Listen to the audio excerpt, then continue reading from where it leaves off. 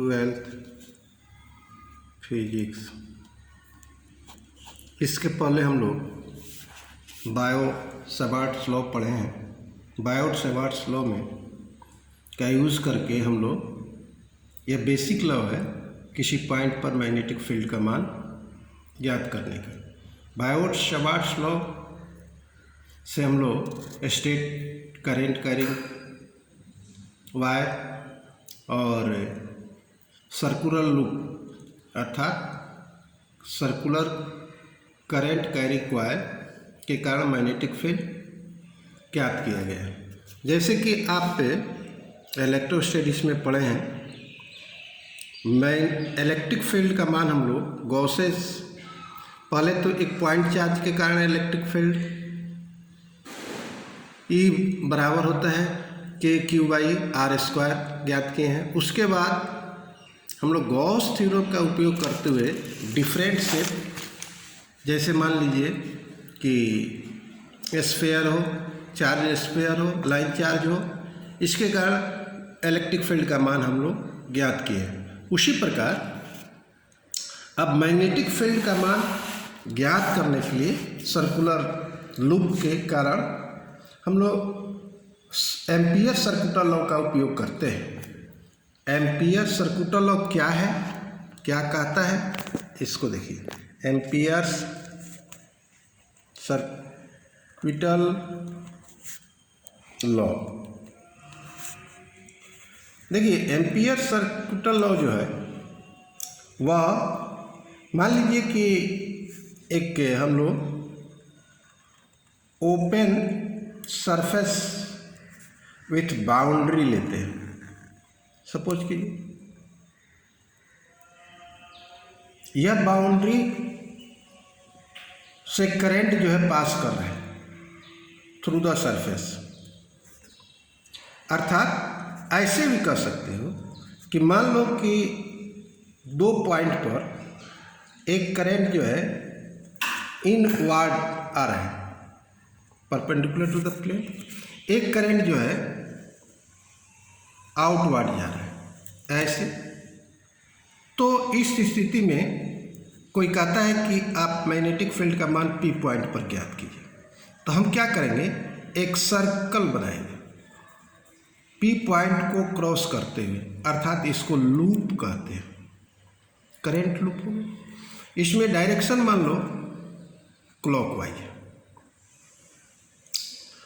तो direction of sine convention से direction of current लेने के लिए आप ऐसे थंब को in the direction of the current रखते हैं और फिंगर को कर्ल करते हैं।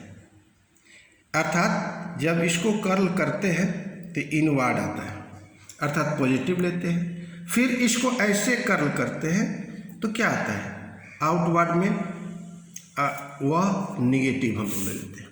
तो इस स्थिति में करंट का मान हम लोग, मैग्नेटिक फील्ड का मान कैसे ज्ञात करेंगे। देखो एक्चुअली यह भी बहुत स्मॉल एलिमेंट लेंथ से मिल करके बना होगा, अर्थात स्मॉल लेंथ पर हम लोग विचार करेंगे।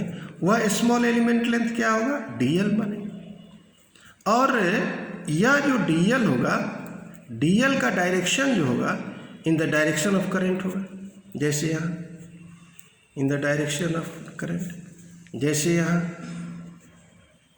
इन द जो टेंजेंट लेते हैं इसका डायरेक्शन dl का in the direction of current होगा। फिर यहाँ पर भी in the direction of current होगा, dl का डायरेक्शन।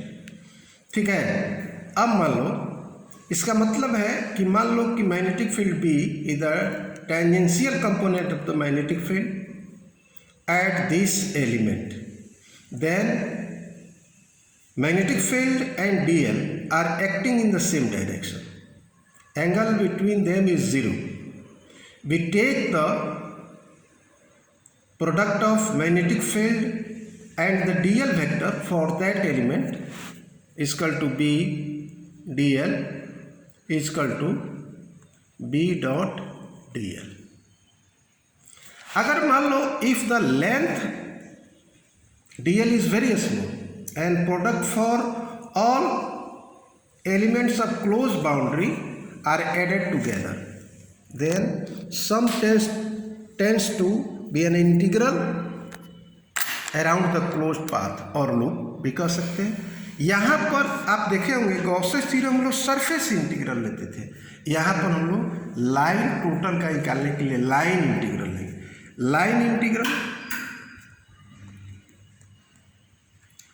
लाइन इंटीग्रल ऐसे लिखते हैं सिंपल के रूप में, ठीक है। तो according to Ampere's circular law, according to Ampere's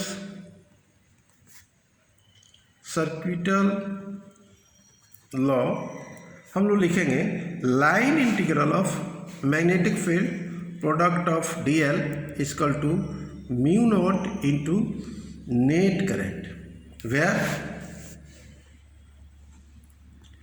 I is the total current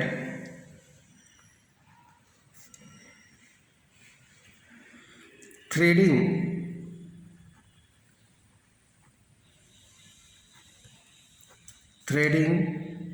the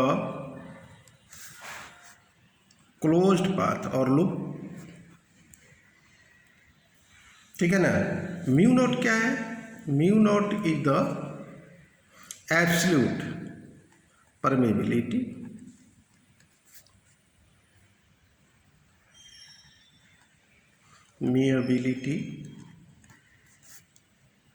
of the space, ठीक है ना। तो यह क्या कहता है एम्पियर सर्कुलर लॉ कि it states that the line integral of the magnetic field around a closed path in vacuum is equal to mu naught times the total current threading the closed path। इसको ऐसे लिख देते हैं law it states that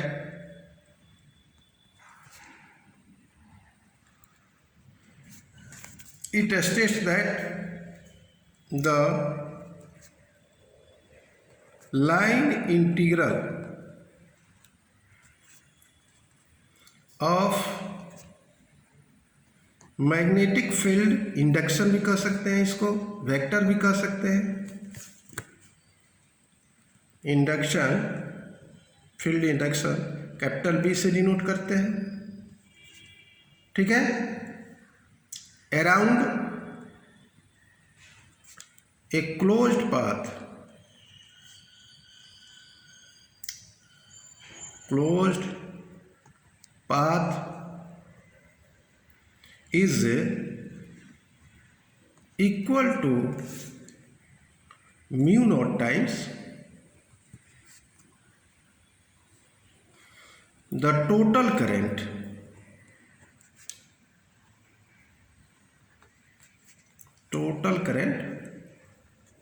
I threading the closed path,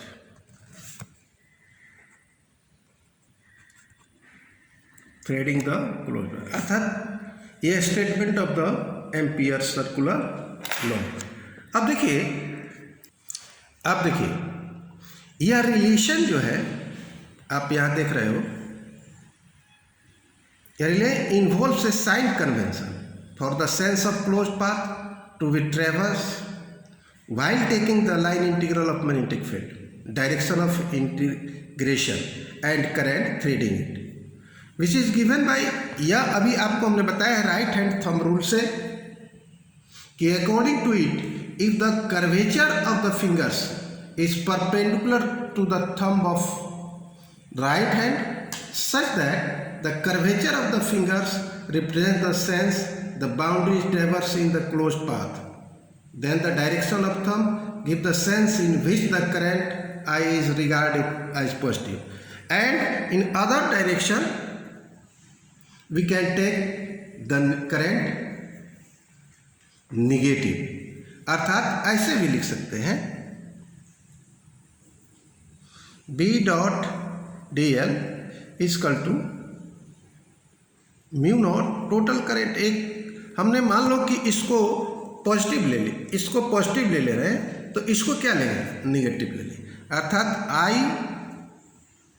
I1 minus I2 और is equal to हम लोग mu naught I लिख सकते हैं। ठीक है ना। राइट हैंड थंब रूल से करंट का डायरेक्शन हम लोग कर सकते हैं। Where I is the what, I is the total current. एक बात ध्यान रहे कि यह जो रिलेशन है is independent of the size and shape of the close path और loop in closing the current, यह ध्यान रहे। अब देखिए, यह हो गया एम्पियर सर्कुटल लॉ।